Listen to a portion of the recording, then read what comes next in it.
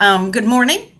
It's actually 8:01, and we're at the intersection where faith, community, and civic leaders gather in San Antonio to work together more and smarter and more compassionately. This began right at the beginning of the pandemic and was um, introduced, thought, the idea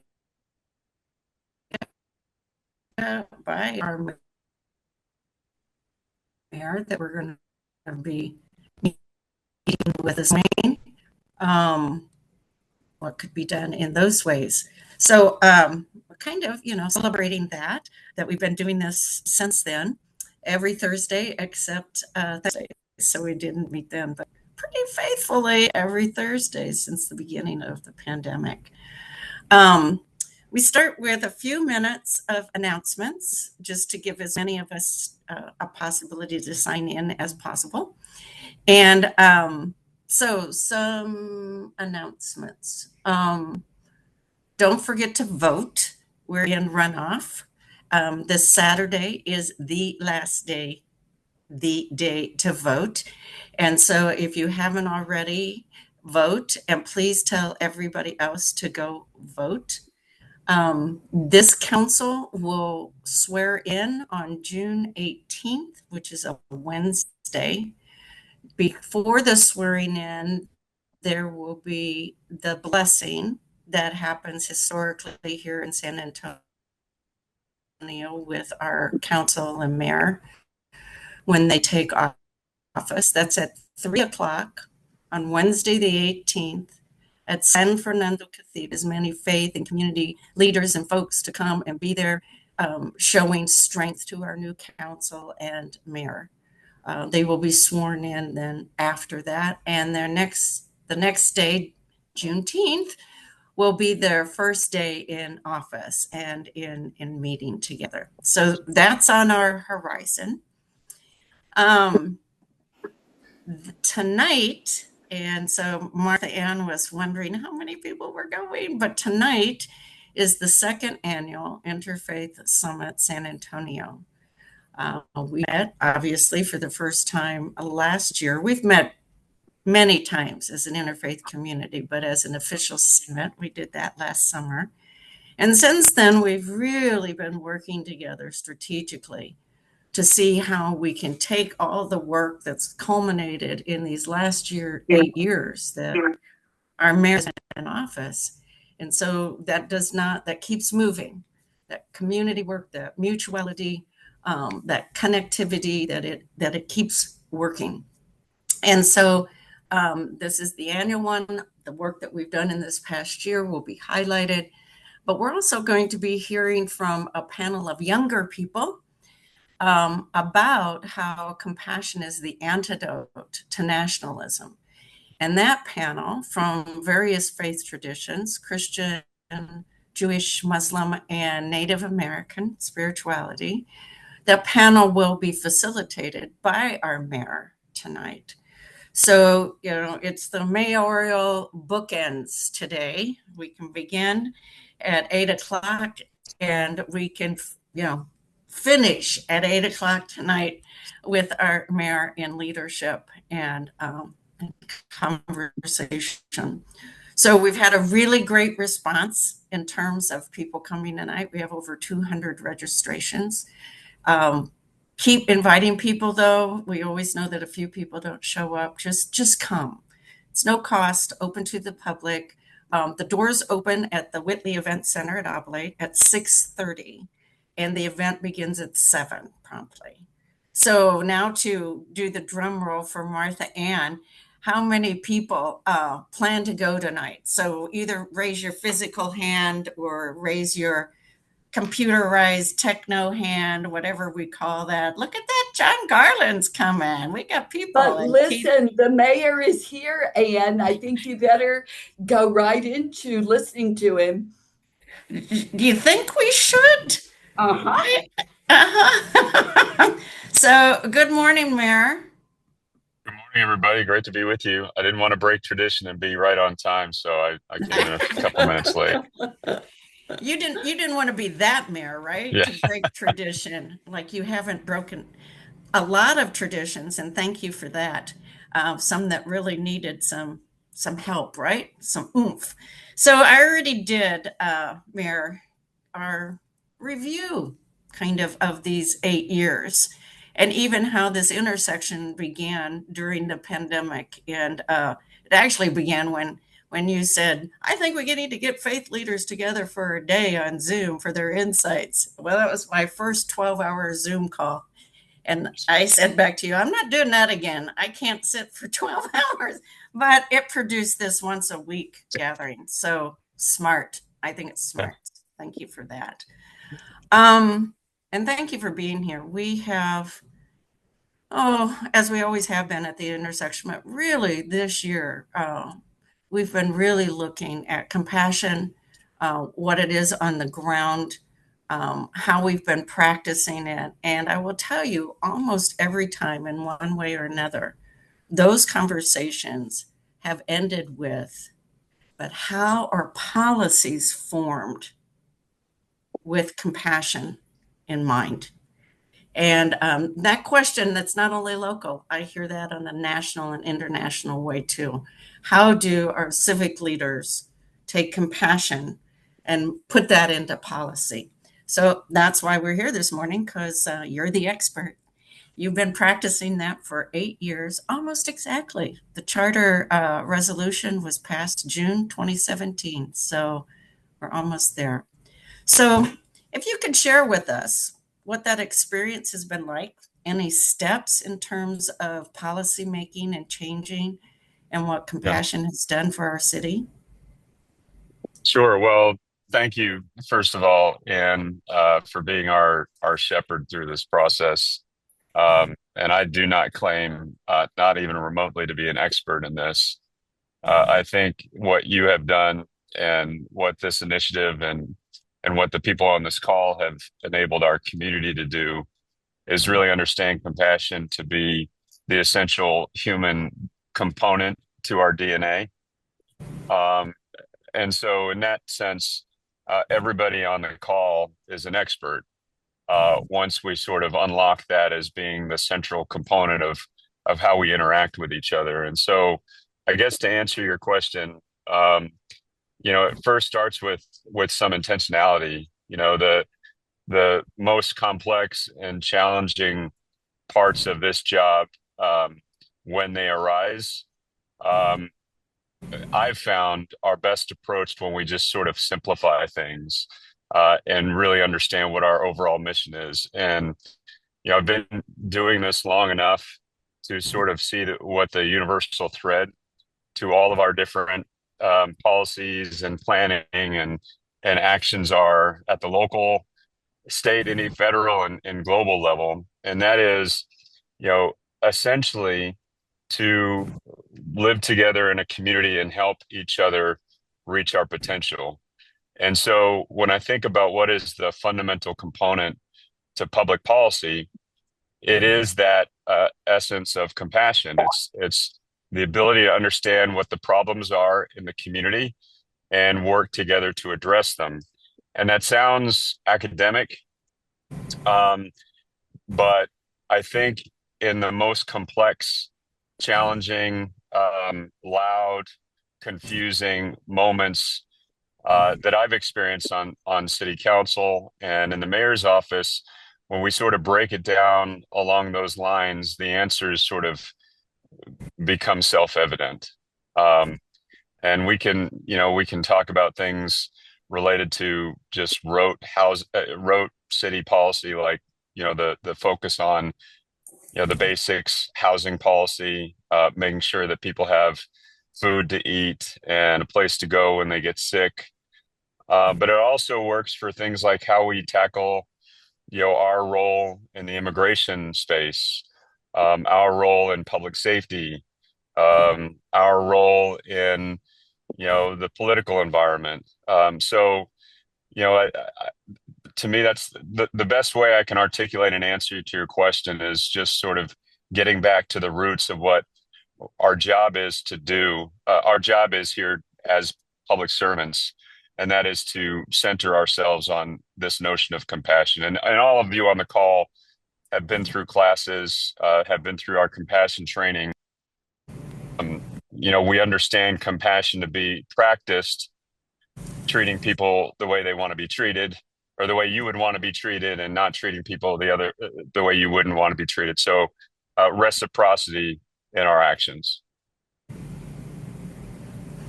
So I'm wondering too, of all those policies and plans and processes and programs, all those P's, right? Um, which one in the past 8 years for you was probably the strongest example of compassion through policy and programs? And do you have a Um, feeling for that? I sort of see. I feel the most meaningful work that we have done has been anchored to this idea of equity in our community, and recognizing that we have historical challenges, that people come to our space with different challenges and backgrounds and opportunities. And for us to be effective public servants, we've got to govern from um, a lens of equity, and ensuring that people in our city have an opportunity to thrive, which means we have to overcome some of those historical inequities. And so, the most clear examples I can give you of compassion and action with respect to city policy are, first, establishing equity as our foundational principle and our outcome that we're trying to achieve. And let's be clear, equity doesn't mean everybody has the same outcomes. It just means that everybody has an opportunity. It means equal opportunity. Not everyone will take advantage of those opportunities, but when we level the playing field and people have um, the opportunity to thrive, that's the important part. So, housing policy.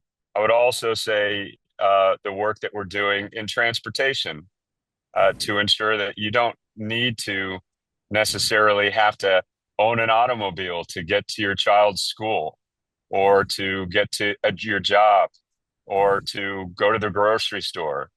Um, the third pillar of this obviously is education, our investments in education and workforce training, giving people who, frankly, because they're trying to feed their children, have to string together 3 or 4 jobs and don't have the opportunity to get all these really wonderful jobs that we're creating that pay really high wages, giving them a bridge to that, by offering training for skills, is part of compassion in action. So the approach to generate socioeconomic equity in our community through fighting cycles of generational poverty is the clearest example I can give.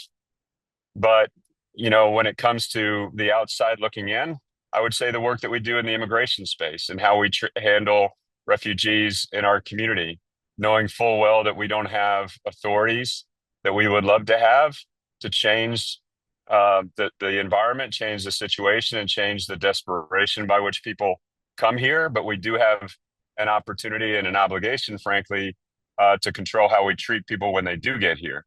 And we've been able to navigate that space very well, leading through compassion and being undaunted about it, even in the face of a lot of criticism. And here's kind of an edgy question, but you got days, right? Just days. So, given though the national and state climate, political climate, when it comes to equity, right? Um, give us some wisdom and advice, right? What do we need to, as community, to keep doing in terms of equity? Um, I would say keep owning the word. Don't, we unfortunately, politics has a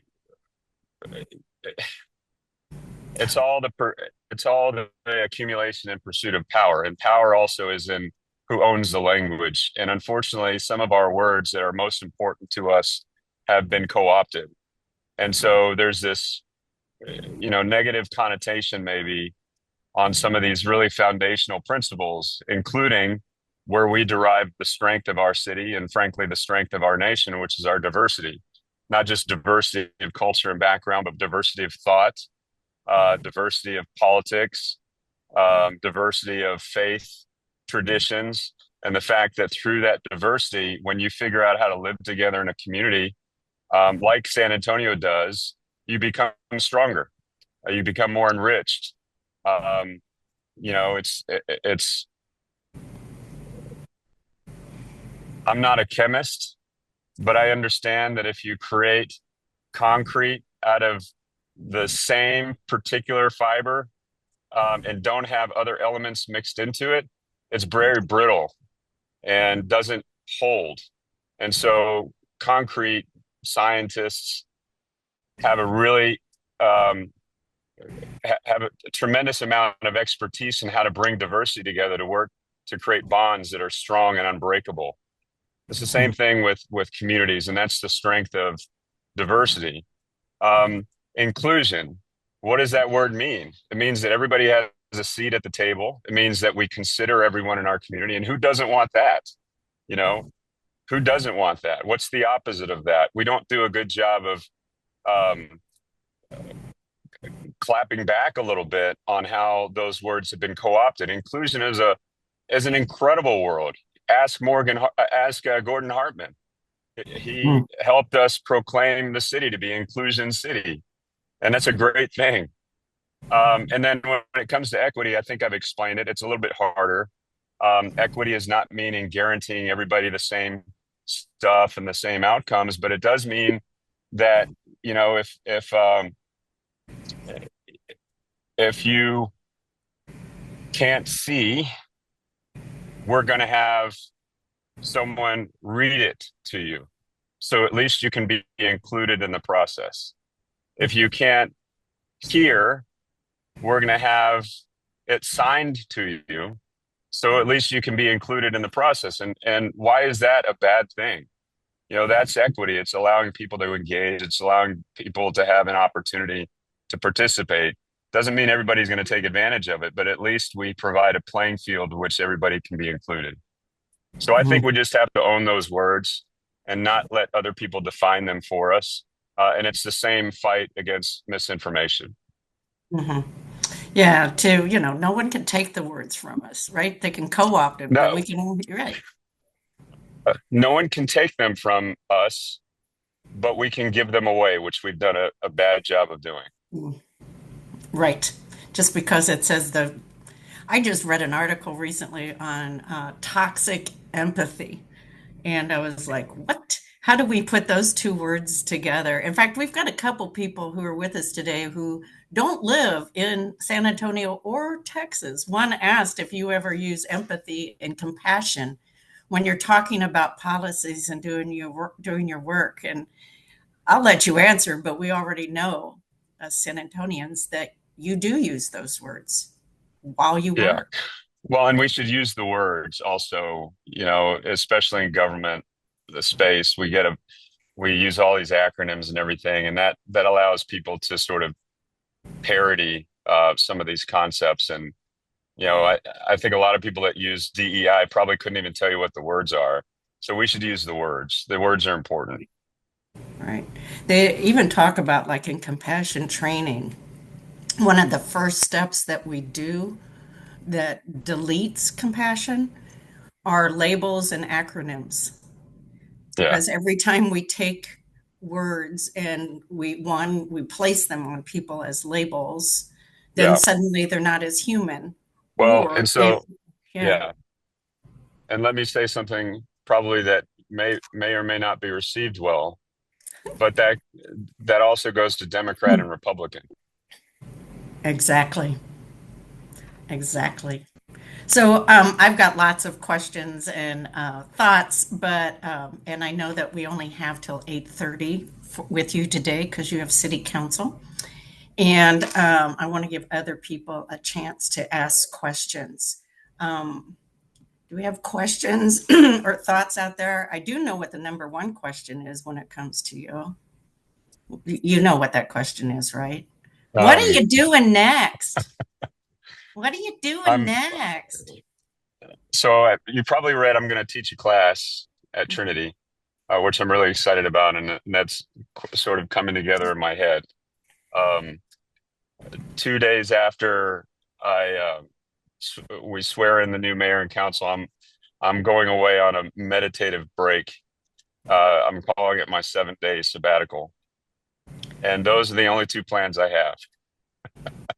But Maybe I am actively contemplating, and part of the my meditative break is to come back in a space where I can make longer term decisions. Mhm. I would suggest to you 7 days might not be enough. I've been on call 24/7, 365 for 16 years, so I'll take I just a know. couple of days, but Yeah. 7 days will be great. Yeah. I encourage Dad, make it 10 at least, make it 10 at least. So, any thoughts? I think everybody's just like grateful. Oh, Virginia's got her hand up. Virginia, do you have a question or thought? Yeah, I do. And I want to thank the mayor for all his work and really promoting the compassionate city idea and concept. But one of the things that I would really hope that we can continue to work for is on the education front. And if we're trying to create equity, it's really very important to be honest with people, to be, and by that I mean helping people understand the history of this city Yeah, in terms of redlining and everything else. But to do so requires being truthful about the city. And so one of the things I had wanted to pursue with you, Mayor, was the idea of um, issuing a formal apology for the years of discrimination in several forms. And I know that other cities have issued such proclamations.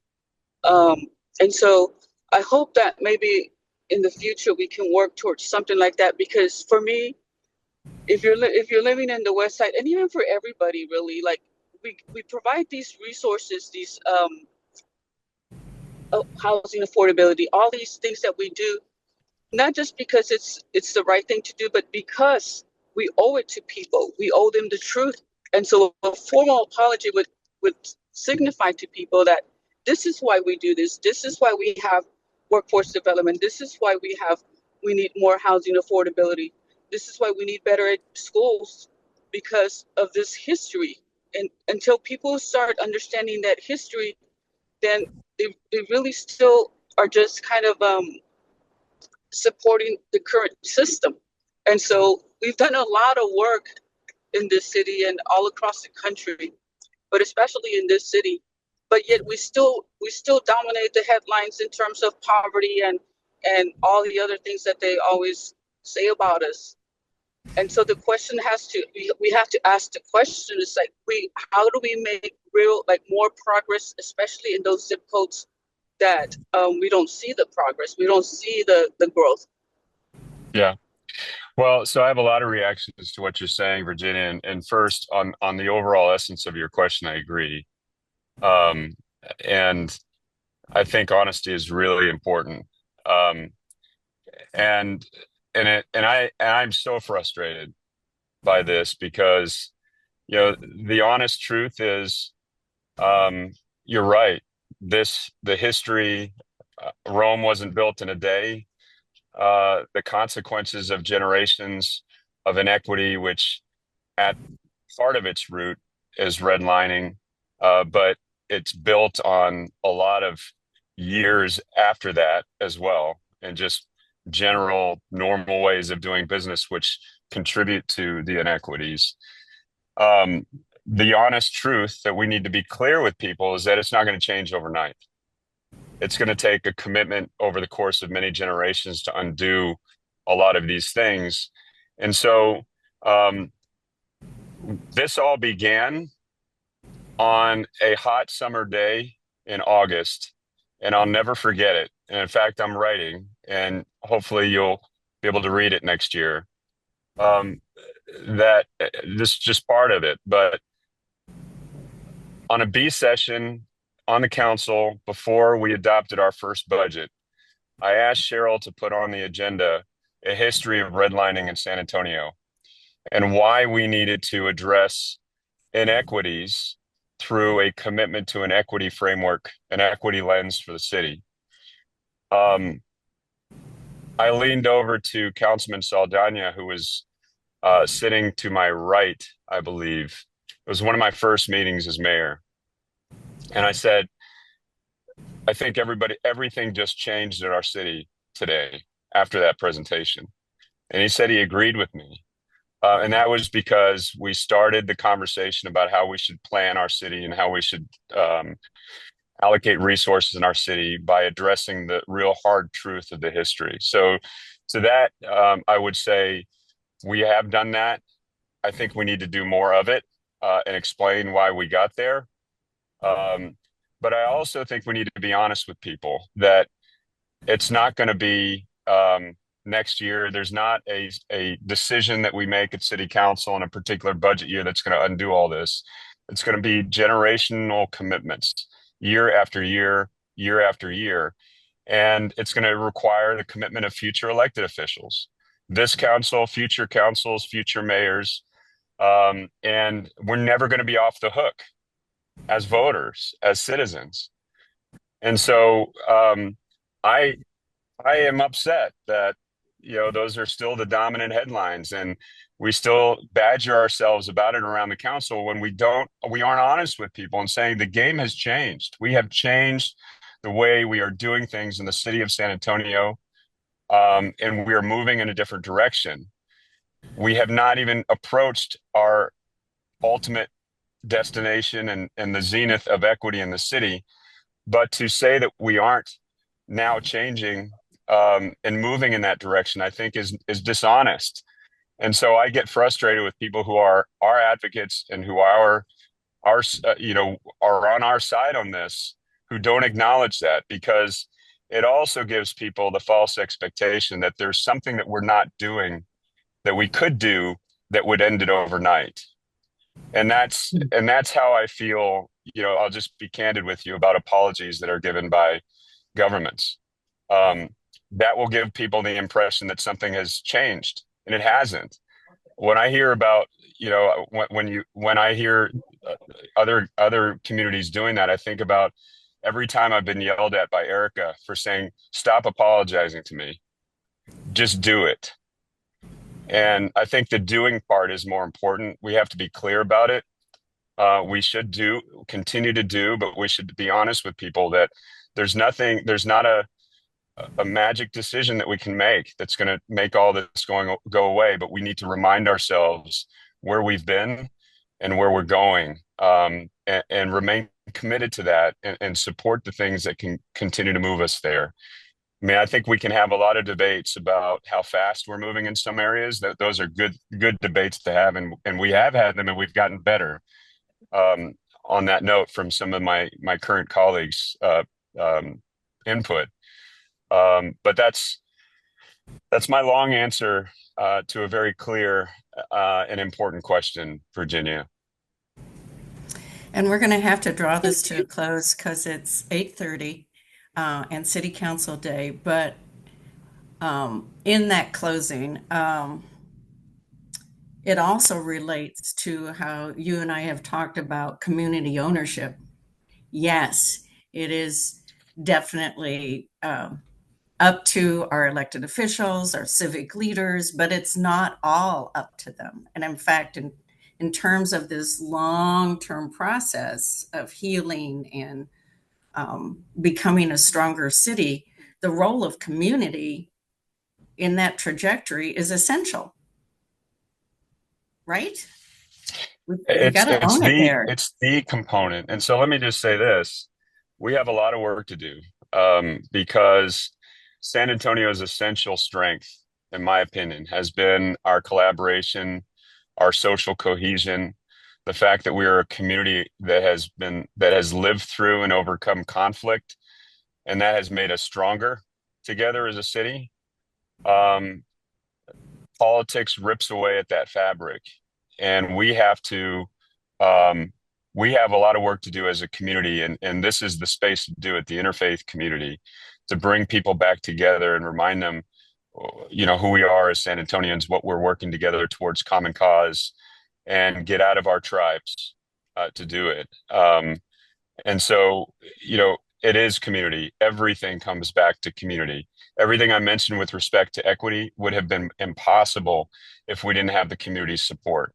And so, the like housing, education, pre-K to ready to work, to our transportation initiatives, all of these have been supported by the public. And even when there's not public votes, which all those things did have public votes, it requires a council to have the backbone to push these things.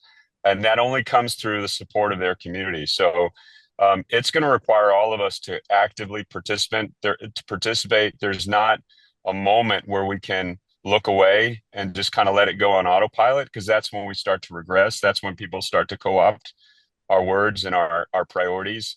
But I would encourage you, and I'll be actively engaged, and you know my number, and all of you do too.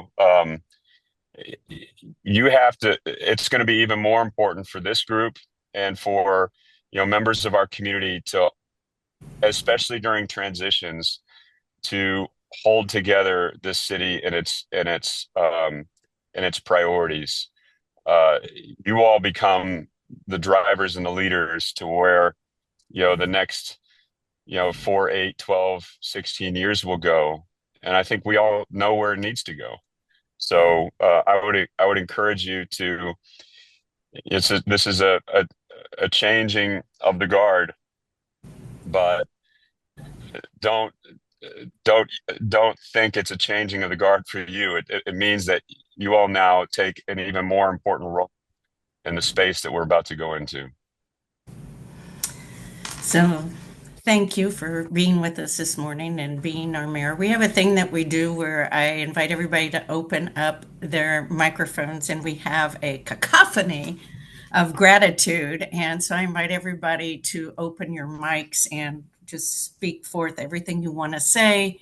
And thank you. And thank you, Ann, and thank you, Thanks, Mayor Ron. Thank you, Mayor. Thank you, Thank you, Mayor. man. Thank you, Mr. Alrighty. Ron, the Ronster. You're going to good get your luck heart out with to Thank you. all. Please don't go compassionate Thank you, away. journey. Ron. For the I'll be around. journey, Mayor. Enjoy and your we'll Heck Thank of a you. leader. see you. Yeah, look at him. We'll see you Thank tonight you. at Oblate. See you all tonight. It's a mayoral bookend. Talk to you Sounds soon. great. Thanks, y'all. Thank you, Mayor.